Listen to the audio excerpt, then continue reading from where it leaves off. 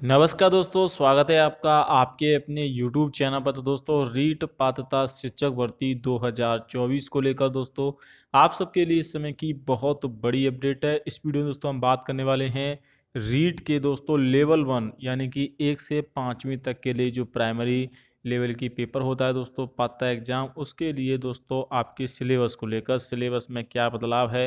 रीट का जो नया सिलेबस है उसमें दोस्तों आपको कौन कौन से टॉपिक है वो नए देखने को मिलेंगे। रीट पात्रता की दोस्तों पूरी जानकारी शुरू में मिलेगी। लेवल 1 यानी कि BSTC या डीएलएड वाले विद्यार्थियों के लिए सिलेबस रहता है, क्योंकि डीएलएड 2 वर्षीय पाठ्यक्रम के बाद आप रीट पात्रता शिक्षक भर्ती 2024 का जो एग्जाम है वो आप दे सकते हो। तो दोस्तों चलिए वीडियो स्टार्ट करते हैं सिलेबस को लेकर। तो दोस्तों, जैसा कि आप देख पा रहे होंगे, राजस्थान अध्यापक पात्रता रीट 2022 माध्यमिक शिक्षा बोर्ड राजस्थान अजमेर का जो पाठ्यक्रम है, सिलेबस है दोस्तों, वो आप यहाँ पर देख सकते हो। हालांकि ये 2022 का सिलेबस है, 2024 के सिलेबस में कुछ चेंजेस आपको देखने को मिलेंगे। वो चेंजेस रहेंगे दोस्तों खासकर EVS में, यानी कि दोस्तों पर्यावरण अध्ययन में चेंजेस होंगे, बाकी कुछ भी बदलाव नहीं होगा। सबसे पहले थोड़ा मैं यहाँ पर प्रारूप समझा देता हूँ दोस्तों आपको, पैटर्न किस प्रकार से रहता है। टोटल रीट में जो पत्ता परीक्षा होती है उसमें 150 प्रश्न आते हैं दोस्तों, और 150 ही अंक के आपका दोस्तों प्रश्न रहते हैं, यानी कि एक प्रश्न एक अंक का रहता है। क्या नेगेटिव मार्किंग होती है? तो बिल्कुल नहीं होती है, नेगेटिव मार्किंग नहीं होती है, ये आपके लिए बेनिफिट है। अब पहले आता है दोस्तों आपका यहाँ पर सिलेबस में बाल विकास एवं शिक्षण विधियाँ, 30% 30 अंक। इसके बाद दोस्तों नेक्स्ट यहाँ पर आ जाता है आपका, जैसा कि आप देख पा रहे होंगे, राजस्थान बोर्ड अजमेर के द्वारा हिंदी के 30% 30 अंक यानी कि लैंग्वेज शिक्षण विधियाँ। इसके बाद दोस्तों आपके यहाँ पर हिंदी। फिर दोस्तों अगर आप इंग्लिश लेना चाहते हैं तो आपके लिए इंग्लिश दोस्तों आपसे जो है सब्जेक्ट, अगर आपने इंग्लिश चूज की है तो इंग्लिश के 30%, वरना दोस्तों आपको संस्कृत के आपको 30% देखने को मिलते हैं।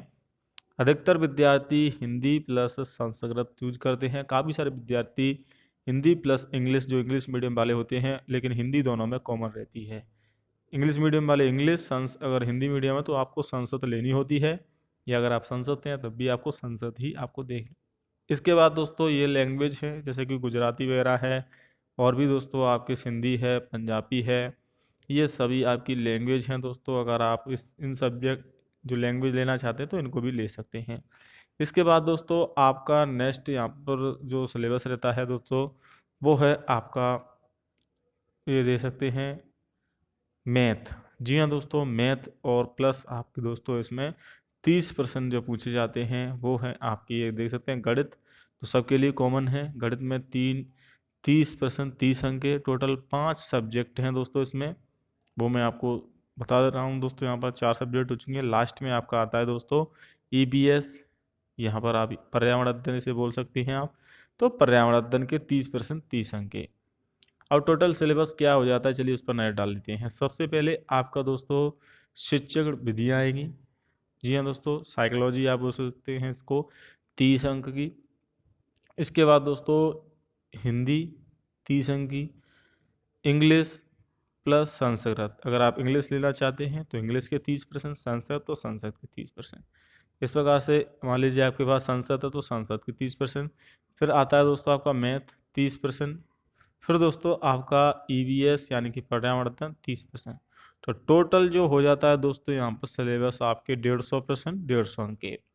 अब इसमें पास करने के लिए आपको नंबर लाने होते हैं 90 अंक, अगर आप जनरल कैटेगरी से हैं।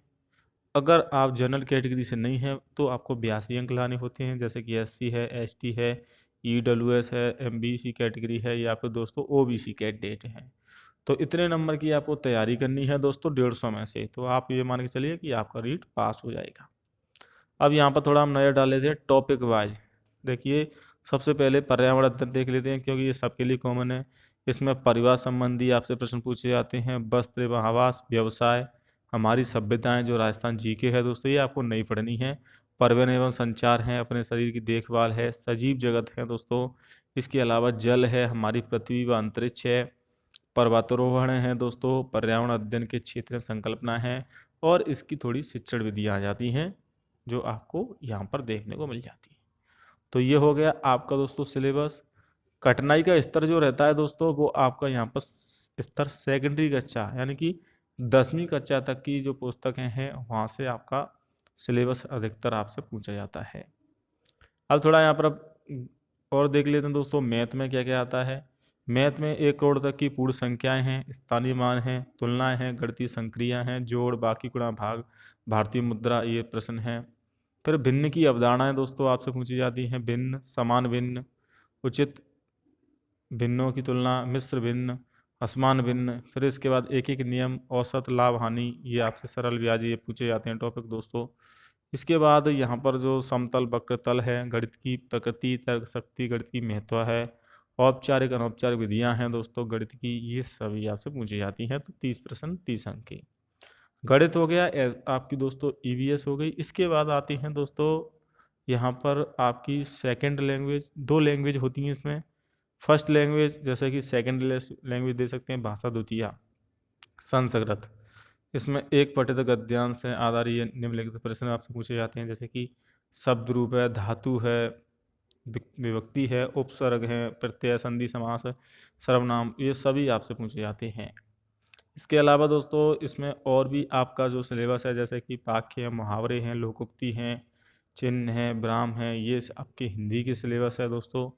और शिक्षण विधियों पर नजर डालें दोस्तों, शिक्षण विधियां जो आपकी बाल विकास में शिक्षण विधियां, तो बाल विकास से संबंधित वृद्धि विकास, व्यक्तिगत भिन्नता है, व्यक्तित्व है, बुद्धि है, संकल्पना है, ये सभी आपसे सिलेबस में पूछे जाते हैं दोस्तों।